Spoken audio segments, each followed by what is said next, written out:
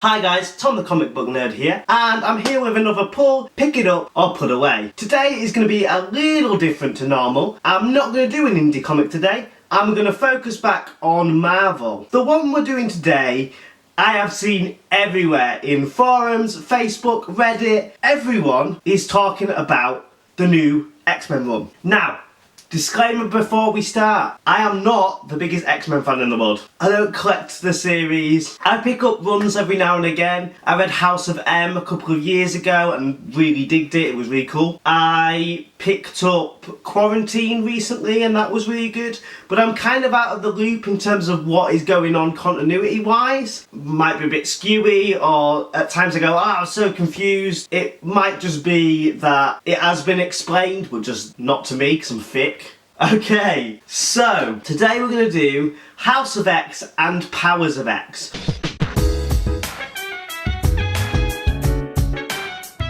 Anyone that has gone into their local comic book shop or researched this series knows that they come together. It's a little bit confusing, but at the back of House of X there's a list of what order to read in. So it's House of X first, then Powers of X. The order that they come out in is the order that you read them, so that makes it a little bit easier. Just like most of these pull, pick it up and put away videos, we're going to split it into 3 sections. Number 1, story. Number 2, artwork, and 3, finally, general readability, before I give you my verdict of whether you should pull, pick it up or put it away. Kick it off and start at number 1, story. It's a slow burn.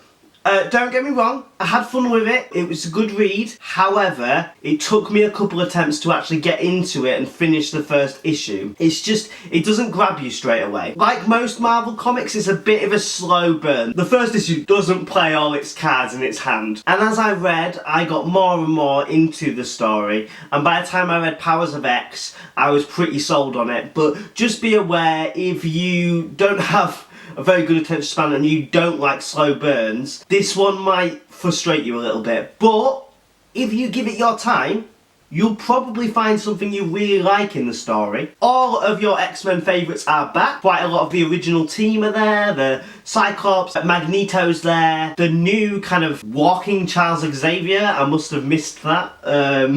Probably need to do a bit of research why he's now always walking around with a helmet. There's lots of strange elements going on, and it kind of touches on it in Powers of X, but I think it's going to be a little bit like Lost, the TV show, where they give you nuggets of information and there'll just be more and more mysteries as you go down the line. One thing I did really appreciate about the book is, for people coming into X-Men after a long time like me, there was kind of informational dump pages covered with like nice artwork, but with lots of information on known Omega mutants, lots of information on Krakoa, which is a big part of the story, the New Mutant Settlement, and lots of information to kind of keep you up to date, because without it I'd have been so lost, I'd have probably just put the book down and been like, I don't know what's going on. So number 2, artwork. There's not too much to say about this.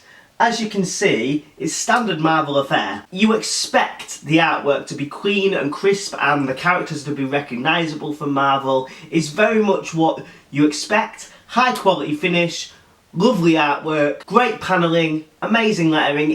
It's just your standard Marvel fare. It's a really beautiful comic book, just like almost all of Marvel's books at the minute.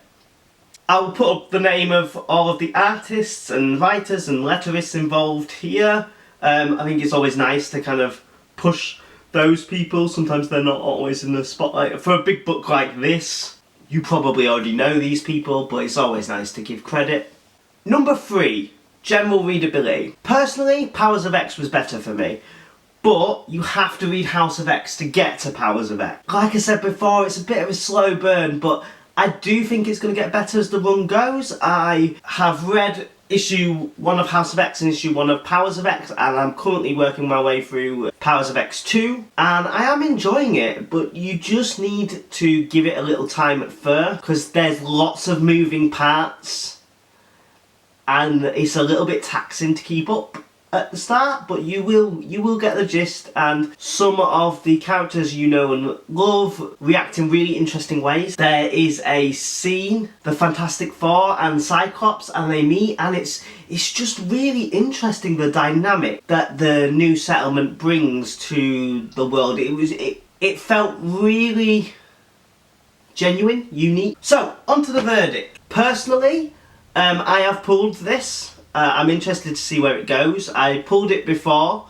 because everyone was talking about it and I kind of wanted to be part of the conversation, but I'm quite glad I did. And I will keep my pull, I'll keep picking it up, it's interesting. It won't be a pull for everybody.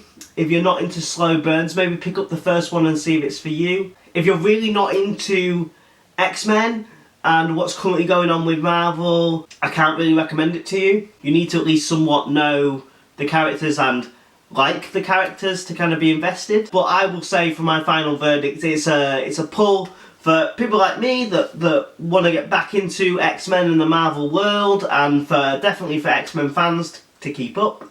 And it's a pick up if you just like Marvel comic books. It's not the best series I've read, but it's getting there.